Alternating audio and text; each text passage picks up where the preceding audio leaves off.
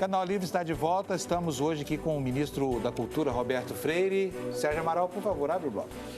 Ministro, o senhor chegou a falar em certo momento em ativismo judicial, né? Eu lembrei que essa semana mesmo o ministro do Supremo, Barroso, chegou a apresentar aquela sugestão de limitar a prerrogativa de foro só a ilícitos praticados em decorrência do mandato e durante o mandato, o que é uma coisa que muita gente defende, mas isso deve ser feito pelo Supremo. Se o Supremo fizer, ele não vai estar legislando, isso não é coisa do Congresso? Claro que não. Esse é o ativismo que tem que ser coibido. Ele pode ter a ideia que quiser, mas ele não pode... Que é uma boa ideia até, na minha opinião. Sim, mas ele não pode determinar como juiz como é que vão funcionar as leis. Não é o seu bel prazer. Por melhor que seja o seu prazer e que seja belo para todos nós. Né? Então, não pode. Mesmo porque tem 14 projetos nesse sentido no Congresso. Tem, claro. Então, ele pode dar a ideia e hoje se tem conhecimento disso até por conta da televisão.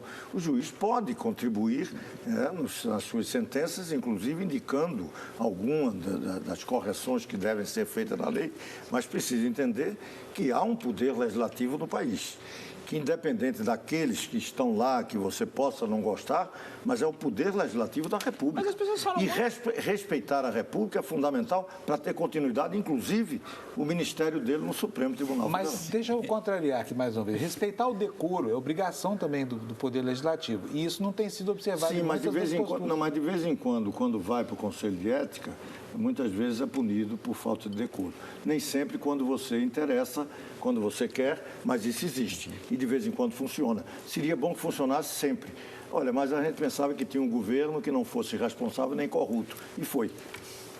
Bom, agora vamos falar um pouquinho de cultura? Vamos, né? Vamos voltar a falar de cultura. Bom, vou começar essa parte do programa aqui da cultura com a pergunta do jornalista J.B. Medeiros sobre uma questão da Lei Rouanet. Vamos ver. Ministro, o senhor disse que pretende modificar a Lei Rouanet nos próximos dias por meio de uma portaria. A Lei Rouanet, como todos sabemos, tem sido objeto de um debate público há muitos anos, sem exatamente uma unanimidade em torno do que ela deve representar. Não seria mais adequado fazer essa modificação após um debate público? Olha, primeiro que tudo, nós não estamos mudando a Lei Rouanet. Né? Vamos começar a definir, por exemplo, que nós defendemos a lei do mecenato para a cultura. É importante até porque gera um certo pluralismo a partir de uma relação entre um proponente de um projeto, que qualquer que seja a linguagem cultural, e um patrocinador, uma empresa privada que utilize da renúncia fiscal. Então, isso é importante e tem que ter continuidade. É até bom dizer à opinião pública que isso é uma ideia que veio do primeiro ministro da Cultura que nós tivemos, Celso Furtado. Hoje chama-se Lei Rouanet, mas esse mecanismo de incentivo fiscal para a cultura veio de Celso Furtado. Foi o segundo, não, o primeiro foi Zé Aparecido. Não. Esse foi o segundo. Mas talvez é porque eu me lembrei mais, inclusive, em função dessa grande conquista que nós tivemos, que nós tivemos na cultura. Então, é importante. Teve uma modificação no governo Collor e daí o nome de Rouanet, que era o ministro da Cultura na época. Então, manter a lei é importante.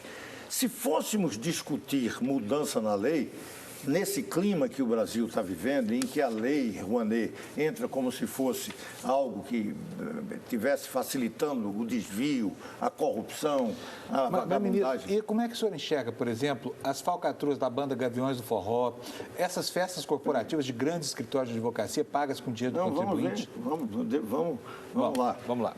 A lei... É isso que você está dizendo, permitiu esse tipo de coisa, mas permite ao mesmo tempo, e se eu fixar um rol da presença da Rouanet em função da cultura brasileira, do que ela representa, você não entraria com banda alguma. Entraria com o Museu da Imagem e do Som, Museu da Língua Portuguesa, Biblioteca Nacional, sua reforma, as bibliotecas que são mantidas, todo um processo importantíssimo que se não fosse a Lei Rouanet, talvez nós não tivéssemos. Mas não vamos entrar nessa. O que eu quero garantir é que a lei se fosse discutir agora sua mudança, ela corria o risco desse clima que o Brasil está vivendo, a demonização que se faz em relação a ela, por conta desses desvios, era capaz de você ter uma discussão, acaba a lei. Então, o que é que nesse momento tem que se fazer? Você pode corrigir alguns desses desvios, críticas que são corretas, por exemplo, você não tem maior democratização, porque a tendência é de que tenha grandes projetos, que cada vez menores projetos, que são, e levem em consideração isso, não é lei de financiamento, é lei de incentivo. Nós precisamos incentivar aquele que está surgindo, não é necessariamente aquele que já existe. Então, tem que pensar e pesar esses dois. O senhor é contra a concentração de recursos, claro, e que Mas depois... então você vai impor um teto. Claro, e é isso que nós estamos... Mas eu pergunto, não precisa lei. Esse teto, será que não empobrece a produção cultural? Não. Porque há grandes produções aí que precisam de dinheiro. Não precisa. Pelo seguinte, porque quando nós estamos fazendo isso, não é aleatoriamente, não é uma base que tem uma certa objetividade. Qual? Você pede para captar o que você imaginar. Mas, normalmente, e isso aí são dados que nós temos, a captação é uma das coisas mais difíceis. E raramente você tem captação de 50% do que você pediu. Só os grandes, só grandes espetáculos, né? Ou aqueles que são... que o patrocinador, ele próprio é o produtor. Alguns grandes patrocinadores, eles têm, inclusive, programas anuais, que entram e que eles patrocinam. Qual é o critério, por exemplo, para o senhor falar de 2 milhões para shows de artistas individuais? Por que 2 milhões? Por que não 1? Por que não 3? Qual foi o critério para si? Exatamente. Tem algum estudo? Tem algum... Raramente você tem shows assim de artistas individuais que você tenha uma captação maior do que 1 milhão e pouco. Quer dizer que a história da contabilidade desses projetos é que determina esses limites, é isso? Estamos limitando, claro, porque eu não vou limitar de forma aleatória. Não, eu gostei, o que ela perguntou, é 3, é 2 ou é 1? Eu não sou cabalístico. Agora, ministro, deixa eu perguntar ao senhor sobre um item que eu considero fundamental, o mais importante de todos na área cultural, que é o livro, a leitura. Bom, mas vamos terminar essa que é uma coisa importante. Sim. Há uma outra crítica que, por exemplo, e é normal no mecenato, porque tem algo a ver com o mercado, que você concentra a aplicação da Lei Rouanet, renúncia fiscal, no Sudeste. Isso. Um pouco mais no Sul, muito pouco no Nordeste, quase nada no Norte, Centro-Oeste tendo melhorado um pouco.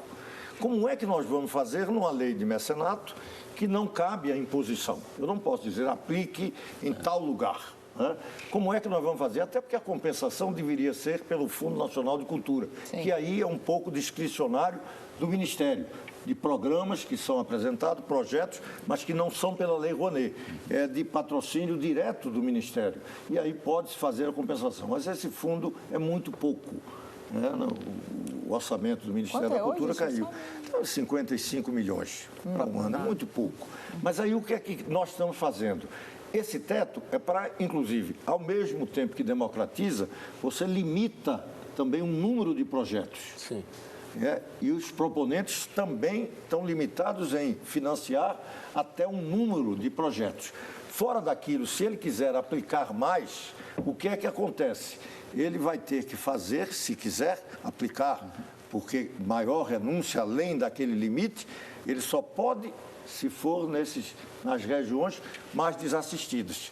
Ele terá mais no Norte, no Nordeste, sim, ou no Centro-Oeste, claro, não mais no Sudeste. Certo. E tem outra coisa também, que são os grandes escritórios que se especializaram em fazer projetos e, por exemplo, uma manifestação linda, que é dos Caboculinhos, lá em Peçanha, no Vale do Jequitinhonha, esse pessoal nunca tem nem como chegar no Ministério para pedir isso, né?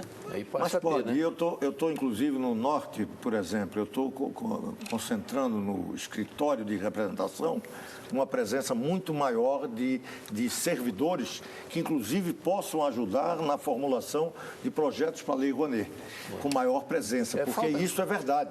Você aqui no Sudeste, você tem a presença de escritórios que têm uma capacidade de formular projetos e de ser captador de recursos.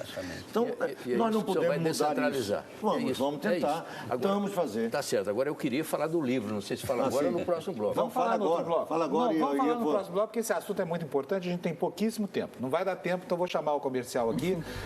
Você espera só mais um minutinho, porque nós vamos entrar numa parte muito importante do nosso programa. Até já.